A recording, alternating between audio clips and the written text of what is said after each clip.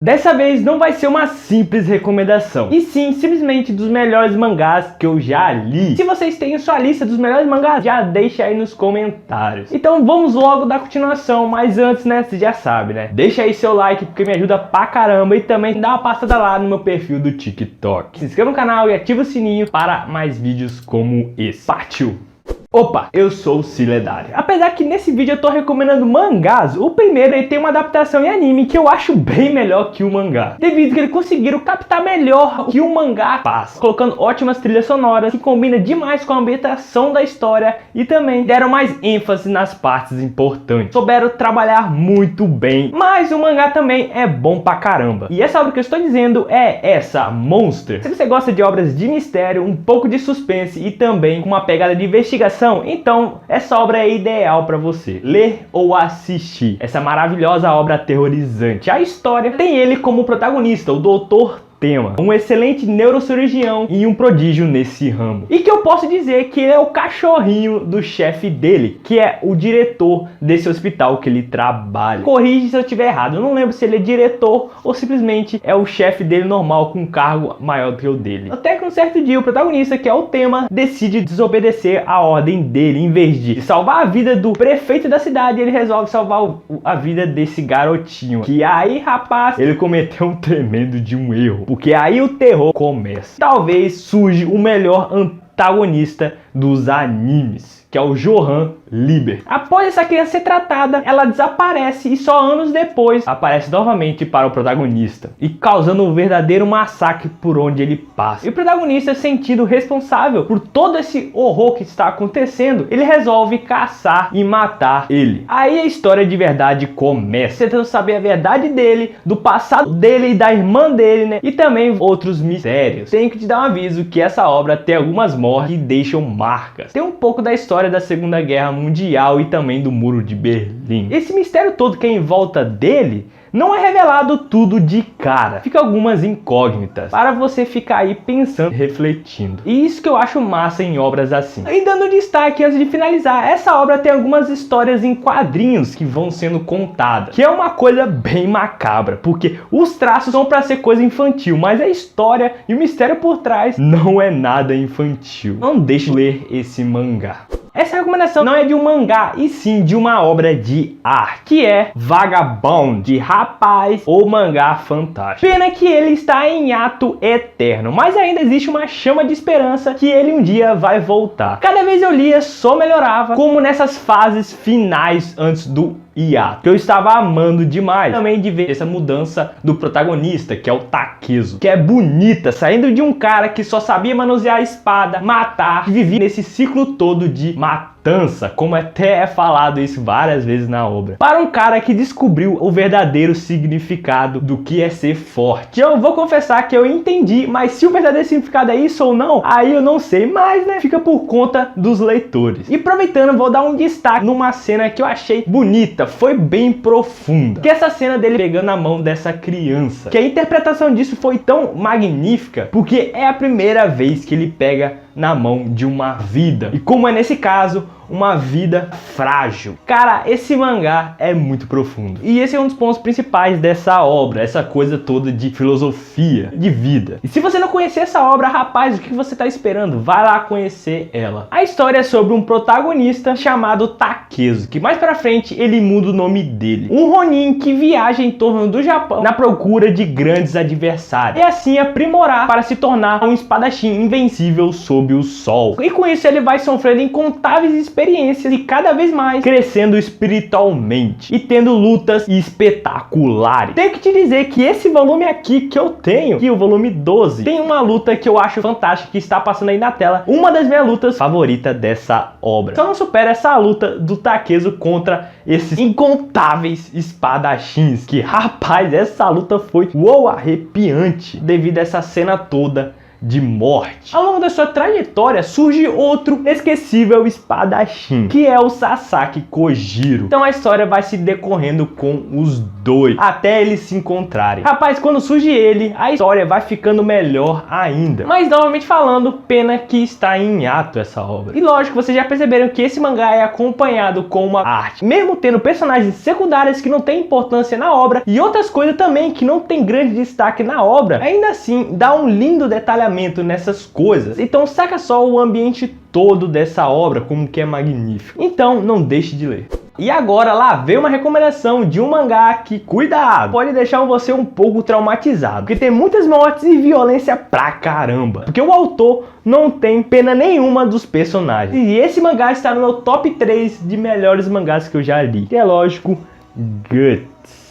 Ele tem uma adaptação em anime também, que eu vou dizer logo que é um horrível o anime, eu detestei. E ele também tem uma animação em 3D, que é um filme. Em comparação, eu acho o filme muito melhor. Achei o filme também bonito pra caramba, esse 3D todo. E esse filme retrata o melhor arco, vamos dizer assim. Eu esqueci o nome desse arco, não sei se é o arco de Tóquio ou de Osaka, não lembro muito bem. Que contém lutas insanas. Eu acho que são as lutas mais importantes da obra. E há muito massacre. Que no final desse arco, uou, você termina de ler e fala: ufa, que alívio. Essa obra pra mim é uma obra aqui que dá pra abordar muitas coisas sobre ela, como spin-off de personagens secundários ou uma história paralela que decorre com a principal. E há muitos personagens legais pra caramba, que foi abordado pouca coisa sobre eles, não teve foco, como uma das coisas que é essa garota aqui. Eu gostei pra caramba da relação dos dois, então pra mim devia abordar melhor esses dois, principalmente ela, e também de vários outros grupos que vão aparecendo na história. Inclusive, há sim spin-offs dessa obra, mas pra mim são spin-offs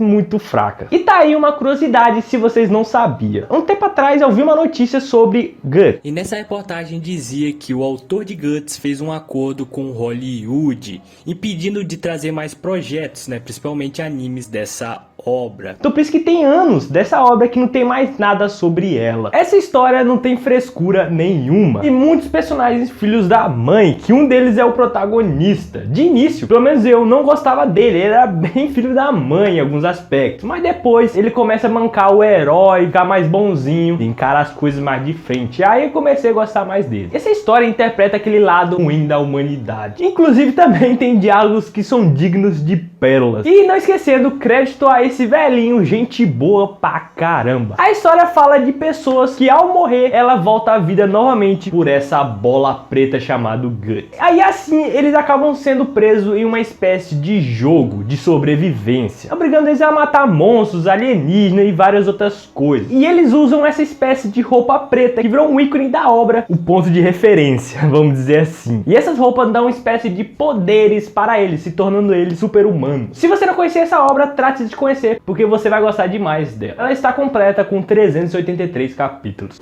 Agora o segundo melhor mangá que eu já li, o segundo mangá meu favorito, que é Freezing, que mais um mangá, que pena que está em ato eterno. Que pra mim isso devia ser proibido, porque haja coração. Todo dia eu tenho esperança que ele vai voltar, mas até no momento não tem nada certo. Ele está em reta final. Pra quem tá se perguntando quando ele vai voltar e do porquê do motivo do hiato, é simplesmente que os mangakas, tanto o autor e o artista, decidiram iniciar uma nova obra, que é um Isekai, que lançou em outubro do ano passado. E eu não sei o nome dessa obra, tentei achar, mas não consegui. E em 2019, que foi o ano que Freezing entrou em ato, e eles lançaram também outro mangá, que foi finalizado no ano passado. Ele contém só 6 volumes. Então por isso até no momento Freezing não retornou. Quem tá se perguntando qual que é o nome desse mangá que foi finalizado, é essa obra aqui, Ponkotsu Megami. Eu não li ainda, aparenta ser legal pra caramba. E uma curiosidade aqui rapidinho, pra quem não sabe, tanto o autor e o artista não são japoneses, então esse mangá também é considerado um manhwa. Um dos motivos que eu adoro pra caramba essa obra é da arte dela, que foi paixão à primeira vista. E foi um dos motivos que eu queria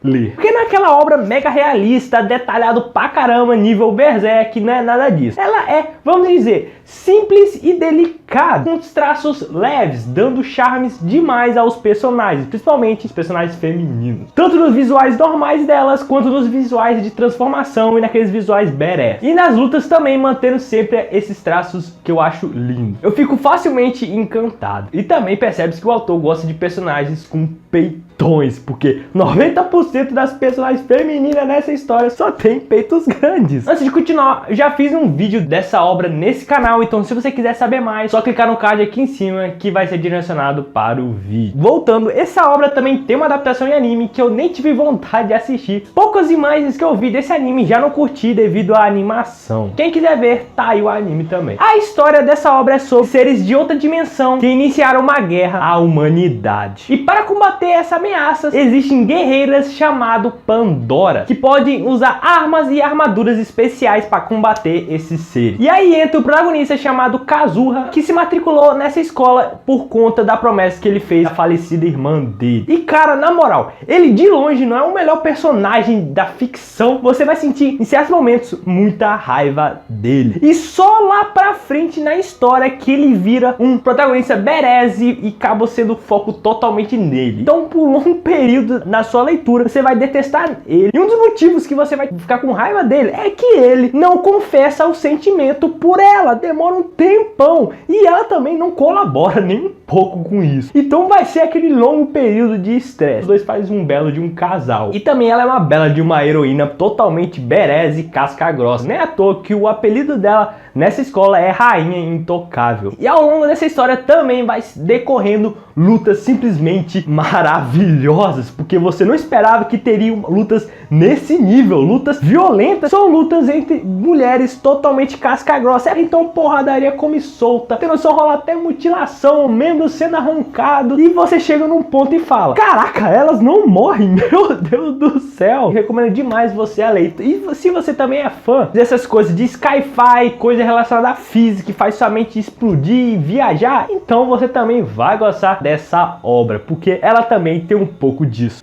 E por último, lógico que tinha que ser essa obra, que é nada mais nada menos que é Berserk, minha obra favorita. Na moral, o melhor mangá que eu já li na minha vida toda. É uma verdadeira obra-prima. E já logo deixando aí meus sentimentos a um grande mestre que faleceu em 2021. Cara, eu fiquei totalmente chocado, fiquei triste mesmo. O Berserk foi o primeiro mangá que eu li e até hoje sou apaixonado tanto a esse mundo Dark Fantasy como nos traços dessa belíssima obra-prima. Na moral, essa história é digna, marcada na história. Ela inspirou diversas outras obras e também como até jogo. E tá aí a franquia Souls, que é também, ó, uma obra-prima. E também recentemente Elden Ring, que tem diversas outras referências a Berserk. E sério, é pedir muito uma adaptação em anime digna. Berserk, a Era de Ouro, é boa, mas mesmo assim podia ser melhor, e também é um filme, então não curti muito. E a série de Berserk, meu Deus do céu, dispensa comentário, é horrível. O que eu mais gostei foi essa daqui, que foi a primeira. E vamos falar, o sofrimento de Guts ainda continua. Que mesmo depois da morte do autor, ainda assim a obra vai continuar em respeito a ele. E você pode ver que já tem uma grande diferença nos traços, mas ainda assim eu curti, é uns traços que está agradável de ver visualmente. E o que me fez apaixonar por Berserk é esse mundo vasto dele, esse mundo vivo, abordando vários mistérios, como esse cavaleiro aqui, caveira, e os deuses, e também essa coisa do vórtice, que foi uma coisa que eu achei bem interessante dessa obra. Dá para trabalhar muito bem esse mundo todo. Como que ele foi o meu primeiro mangá que eu li, deixou marcado pra caramba com essa história triste, essa trajetória de sofrimento e solidão do Guts. Porque é do início ao fim, sem parar, esse sofrimento todo. E como que eu torço pra caramba que esteja um final feliz para ele. O nosso protagonista merece um final feliz. E com essa toda a caminhada dele, você acaba sentindo essa tristeza dele, acaba te passando um pouco isso. Então você acaba gerando um pouco de apego por ele. Então quando ele acaba entrando no bando do Falcão, que acabou considerando a nova família dele, que aquilo que ele tinha no passado não era uma família, você acaba ficando feliz, começa a se acostumar com esse grupo todo. Então pra mim, nesse ponto, quando eu li, eu falei, tá bom, por mim podia continuar assim, só que né, não acabou sendo bem isso, né, teve o equilíbrio. Quando eu tava lendo, eu falei, tá bom, esse personagem morreu, já tá ótimo, não precisa continuar, autor, não precisa, por favor, mas acaba morrendo. Posso dizer que dá pra você entrar em depressão lendo isso. Começa esse sofrimento e tristeza novamente, mas depois ele encontra novamente um grupo, então você novamente começa a ficar um pouco feliz por ele. Também aparece essa magazinha, que eu acho ela fofa pra caramba, caramba, eu gosto dela. Pra mim, ela é meu raio de sol em Berserk, né? Eu ficava cada vez mais encantado com Berserk, porque eu posso, sem medo nenhum, de falar que ele é o melhor mangá e cada capítulo é um melhor do que o outro. É uma obra que, caraca, consegue sempre manter o mesmo ritmo. Então, essa foi minha lista dos melhores mangás. Se você discorda em alguma coisa ou você também tem sua lista, deixa aí nos comentários. Muito obrigado pra quem assistiu até aqui. Se você não deixou o like até o momento, deixa aí, que me ajuda pra caramba. E gostou desse vídeo e quer mais vídeos como esse, lá no canal tem diversos outros recomendações de animes, mangás e novel. Novamente, valeu e fui!